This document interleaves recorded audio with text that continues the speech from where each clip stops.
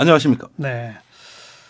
국회 방일단에 원래 김종대 의원 같이 일본 가기로 하시지 않았어요? 그렇습니다. 왜 안 가셨어요? 아니 이게 비교섭 단체 그 비회인데 갑자기 오늘 국방위가 열린다는 거예요. 그러니까 이 쟁점이 많은 국방위에 참석해야겠다 해가지고 급히 이정미 의원으로 교체했는데 교체하자마자 국방위 안 한다는 겁니다. 다음 주 월요일이래요. 그러니까 자기들 마음대로 해요. 그러니까 이 국가적인 대사도 그르치고 네. 이렇게 끌려다녀야 되는 이 비교섭 단체의 서름을 제가 아주 톡톡히 느끼고 있습니다. 그 개도 구럭도 다 놓친 거예요. 국방위원회에 참석하려고 일본 가는 거를 다른 의원은 넘겼는데 예. 국방위원회는 안 열렸다. 안 열렸다. 열리기로 해놓고. 예. 네. 그러니까 오늘 국방위원회가 열렸으면 예. 우리 김종대 의원은 주로 지금 뭘 하려고 하셨던 거예요? 지금 온갖 안보 현안이 한꺼번에 분출되는 그래서, 이런 상황이죠. 그래서 예, 북한 미사일, 일본의 도발, 러시아 전투기의 침범, 네. 뭐부터 해야 될지 모를 정도로, 그러니까요. 예, 그야말로 주변 정세가 이제는 적과 아군을 구분하기 힘든 예. 만인 대 만인의 투쟁 양상. 이럴 때 우리의 어떤 안보의 중심을 조금 더 그러니까요. 지켜나가는 예, 이런 좀 정책적 제언이 기묘하겠다. 그래서 제가 참 할 말이 많았어요. 오늘 그 얘기를 여기서 합시다. 예. 국방위에서 못한 얘기를 오늘 여기서 합시다. 알겠습니다. 누가 봐도 아무튼 대표적인 국방통 아니시겠어요? 네. 노무현 정부 때 청와대에 계셨었잖아요. 그렇습니다. 국방 담당으로. 예. 그 방금 언급하신 한일 간의 악화, 그다음에 북핵 협상은 지지부진. 네. 뭐 앞에 정세현 전 장관과 인터뷰하면서도 이런 표현을 썼습니다만 네. 그런데 북한은 미사일 계속 빵빵 쏘고 네. 중국, 러시아, 특히 러시아 뭐 우리 영공까지 침범하고 네.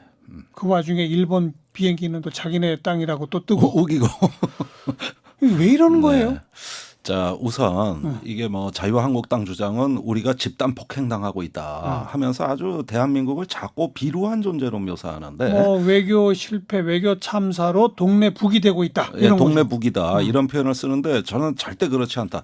이제 주변국이 우리의 의증을 자꾸 테스트하고 들어오는 건 그만큼 우리가 커졌기 때문이다. 예. 과거에 주변국이 눈만 한번 불하려도 이렇게 기절하거나 깊은 상실과 또 어떤 피해 의식에 젖어 있던 대한민국이 이제는 주변국이 절대 함부로 보지 못하는 중견 국가로 성장을 했다. 그런데 이 동아시아의 세력이 재편되는 과정에서 힘의 재편이란 건 필연적으로 이웃 나라를 불편하게 만드는 일이거든요. 예. 그런 과정에서 하나의 어떤 동북아의 이 반도의 지정학이라는 건 중심권이라는 의미고 여기에 이제 주변국의 전략적인 어떤 군사 용어로 투사, 프로젝션이라고 하는 그 중심 지역을 향해 가지고 군사력이 몰려오는 현상인데 이거는 우리가 여하히 관리하고 극복하느냐에 따라서 이제는 한반도 시대가 열릴 수 있다는 역으로 기회다. 그런 점에서 저는 이번에 군이 독도 영공에서 영토 수호 의지를 세계 초 군사 강대국을 상대로 해가지고 중국 러시아를 합친 거 아닙니까? 그렇죠. 그럼 미국보다 세요. 그런데 거기에다가 상대로 해가지고 이렇게 영토 수호 의지를 성공적으로 과시한 거는 지난 100년간 강대국 정치의 트라우마를 일거에 씻어준 쾌거가 아닐 수가 없고. 경고 사격 쫙 한 거. 예. 그리고 첫 번째 러시아가 우왕좌왕했잖아요. 우리한테 기선제압 당한 거예요. 우리가 일찍이 그 을지문덕 장군이 수나라 물리친 일에 이런 적이 또 있었는가? 없었거든요.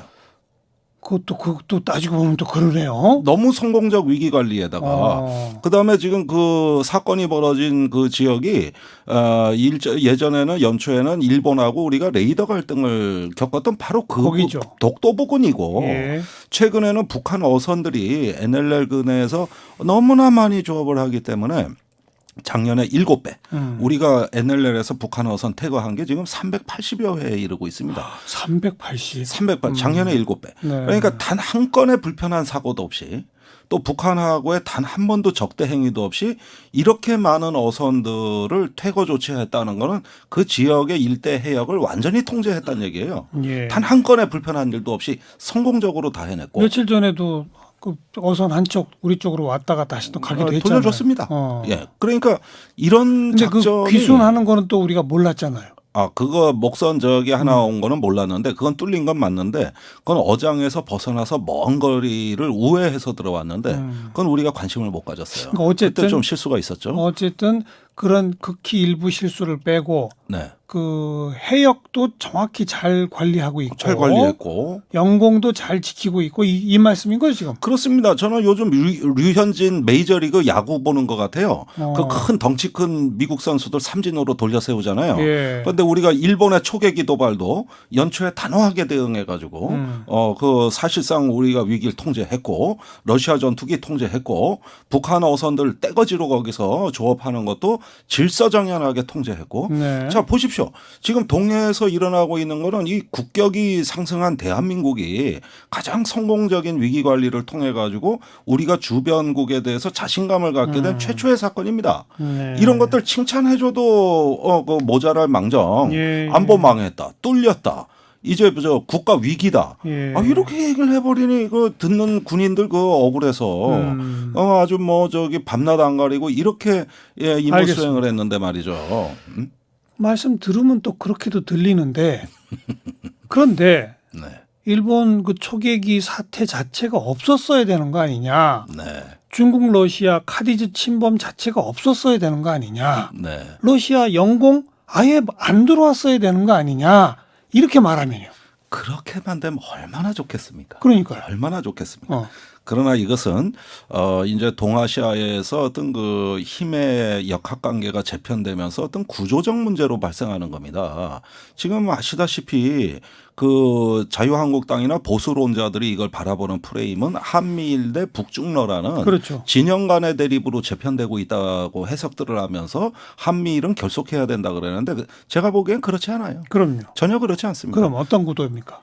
자국 우선주의, 그러니까 내셔널리즘, 민족주의, 포퓰리즘이 득세하는 이 저성장의 시대에 국가가 불안감을 느끼고 각자 도생의 길을 찾은 겁니다. 만약에 진영 간의 대립이라면 요즘 중국과 일본은 왜 저렇게 가까워졌고 한일 관계는 왜 이렇게 멀어지고 있고 북한과 미국은 왜 접근하고 있습니까? 이게 그런 해석으로 안 되는 이거는 춘추 전국 시대와 같은 양상으로 국제 정체가 가는 거지. 네. 그 저기 냉전 시대처럼 네 편 내 편을 이분법으로 딱 양단해 가지고 2차원적 대결을 하는 그런 구도가 아닙니다. 지금은 3차, 4차원 차원에서 이게 막 섞여 버리니까 누가 아군이고 적군인지 구분 자체가 모호해지는 좋습니다. 예, 진영을 좋습니다. 초월한 전국 시대의 그 양상에 좋습니다. 가깝다. 북중러 대 한미일의 전통적 구조가 아니라 예. 춘추전국 시대와 같은 자국 이익 우선주의의 시대로 재편하고 있는 것이다. 만인 대 만인의 투쟁. 그런데 일단, 예. 그럼 거기서 한 걸음 더 바로 제가 아까 던졌던 질문에 이어받아서 예. 그러면 중국, 러시아, 뭐 일본, 북한 할 거 없이 다 왜 우리만 이렇게 공격을 하냐고요. 왜 우리만 침범을 하냐고요. 예를 들어서 중국, 러시아가 일본 쪽을 침범했다든지 뭐 우리가 뭐 중국, 러시아 쪽을 침범했다든지 이런 건 전혀 없잖아요. 네. 전부 우리 쪽으로 오잖아요. 그게 바로 또 북한도 미사일 쏘면서 이젠 대놓고 한국에 대한 경고다라고 김정은 위원장이 말하잖아요. 이런 게 다 뭐예요? 자, 그 전쟁의 망령이라는 거는 배회합니다. 한때는 남진아 해가 가장 위험하다 그랬고 또 어떤 때는 대만 해협이 가장 위험하다 그랬고 또 가장 최근에는 센카쿠 열도 데오디다오가 거기가 열점이라 그랬고 네, 네. 최근엔 동해로 왔어요. 예. 그런데 이렇게 어떤 그 핫스팟 어떤 전쟁의 열점이라는 것은 어떤 그 힘의 역학관계에 따라 수시로 옮겨 다니고 영원히 동해만 위험해지는 건 아닙니다. 네. 각 국가마다 다 나름대로 자기 근심이 있는 거예요. 예. 우리가 이제 시험 때 오른 겁니다. 음. 어떻게 극복하느냐에 따라 가지고 우리는 위기를 예방하거나 관리하거나 막아낼 수 있는 겁니다. 그러니까 우리의 국력이고 우리 국격이에요. 한때는 우리가 어떤 바다에서 충돌이 일어난 걸 강 건너 불구경하듯 했습니다. 남진아해, 서사군도, 네, 네. 예, 센카쿠 열도 예. 이런 거 대만 해역까지 그러나 우리도 자유롭지 않다. 그런 점에서는 어느 곳이 결정적 지점이라고 이야기할 수는 없으나 국제 정치에서 본래 힘은 진공 상태를 싫어합니다. 최근에 이쪽 지역에서 미국의 힘이 약화되고 그러면서 어떤 그 많은 어떤 재편이 이루어지니까 그 진공 상태에 주변국 군사력이 투사되고 있는 거예요. 네, 네. 예, 그런 어떤 국제 정세를 읽어보면 이것은 우리가 의연하고 당당하게 대응함으로써 앞으로 극복해야 될 대상이라는 걸 명확히 한다면은 주변국 그렇게 대한민국 함부로 못합니다. 어쨌든 우리가 시험 때 오른 건 맞죠? 시험 때 옳은 것이죠. 근데 그리고 우리가 시험대에 올랐다는 것은 다른 나라들 입장에서 볼 때는 우리가 좀 약한 골이라는 거 아닐까요? 예. 그런데 보십시오. 그 초계기 사건에 이어 이번에 반도체 문제까지 일본이 한국이 이렇게 당당하고 격렬하게 저항할 줄 예상 못했어요. 당황하고 있습니다. 그다음에 러시아 전투기에 대해서 단호하게 그 교전 수칙대로 네. 위기 조치할 줄 예상 못했어요. 첫날 푸틴이 당황해가지고 우리 실수였다고 궁색한 얘기를 늘어놓기 시작했습니다.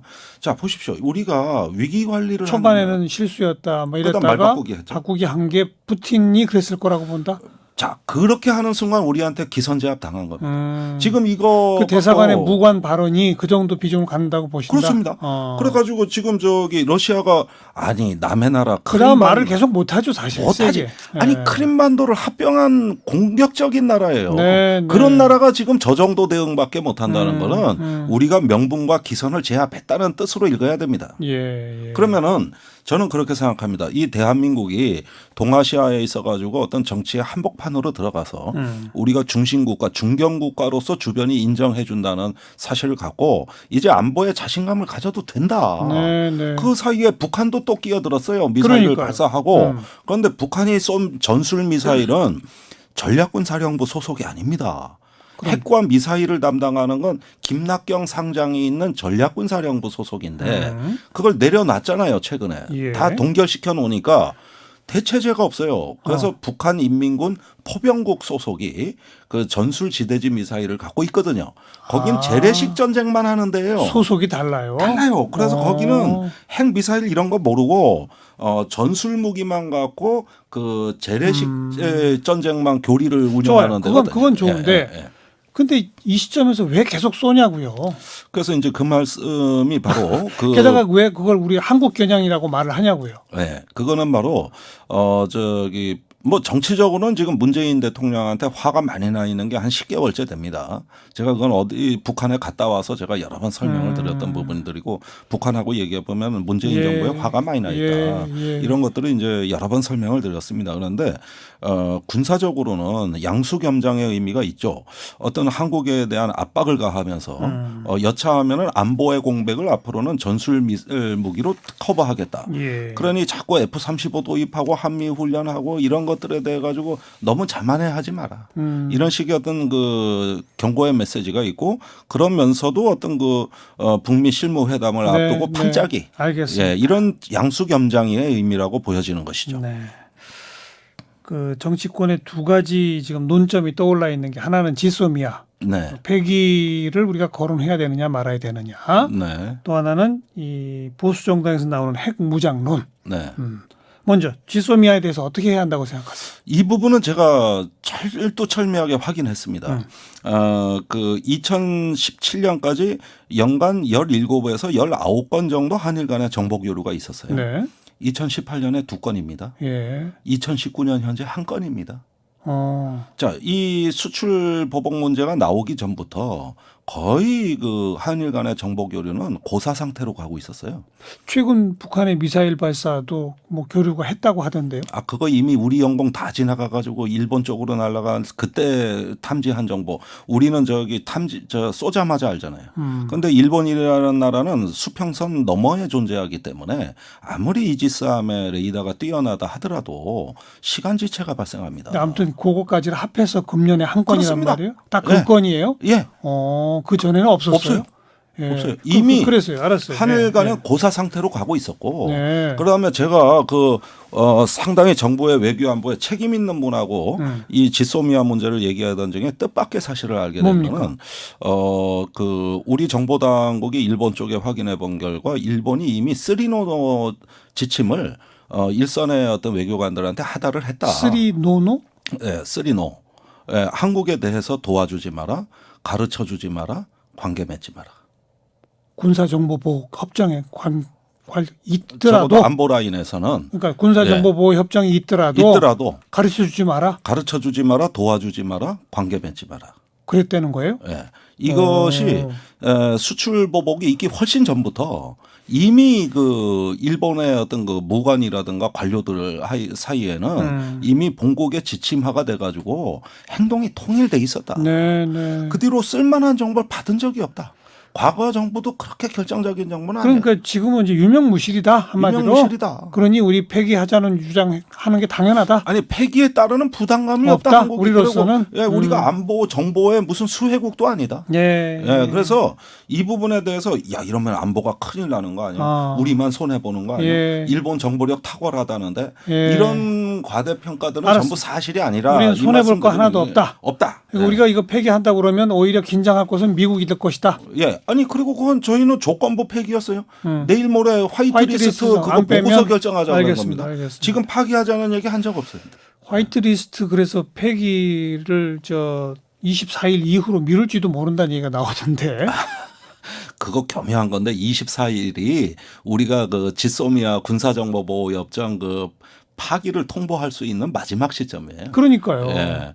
그러니까 그 아주 교묘하게 걸려 있어요. 그 앞도 예. 조금 더 지켜봅시다. 네. 자, 핵무장론에 대해서는 어떻게 생각하세요? 아니 그거 뭐 평가할 일이 없는 게 자유한국당의 핵무장론은 두 가지입니다. 미국의 전술핵을 한국에 배치하든가. 그래서 한미가 공유하든가. 네, 네. 예, 이것이 여의치 않으면 한국 독자적인 예, 핵무장을 예, 하든가. 예. 이건데 황당한 얘기죠. 우선 미국이 나토에 배치한 B-61 핵폭탄은 전술 핵무기가 아닙니다. 그 폭발력이 130킬로톤, 히로시마에 떨어진 원자폭탄의 10배. 그런데 자유한국당은 이게 전술 핵무기래. 참으로 황당한 주장입니다. 그러네요. 예, 그걸 갖다가 무슨 한국에 배치한다는 것도 그렇고 나토는 핵동맹이에요. 네. 서로 핵보유국의 지위를 주겠다는 겁니다. 예. 영국, 프랑스가 핵을 갖고 있는데 독일, 이태리는 없거든. 그렇죠. 그러니까 우리 핵을 갖다 놓을 테니 같이 운영하자. 이래서 나토는 핵동맹으로 운영되는 거고 한미동맹은 비핵동맹입니다. 네. 한국은 핵을 가져서는 안 되는 나라예요. 네. 그래서 핵 우산만 제공하는데 그럼 동맹을 다 바꿔야 됩니다. 한미 상호방위조약부터 다 바꿔야 그 주장이 하는데 그거 하자는 얘기는 안 해요.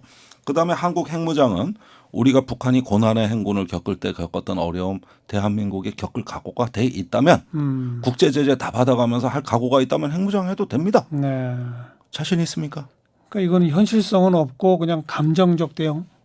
구호지 그게. 그리고 그냥 뭐 구호. 예, 그리고 남북 관계 다 깨자는 거 아닙니까? 군사 합의 다 깨자는 거 아니에요.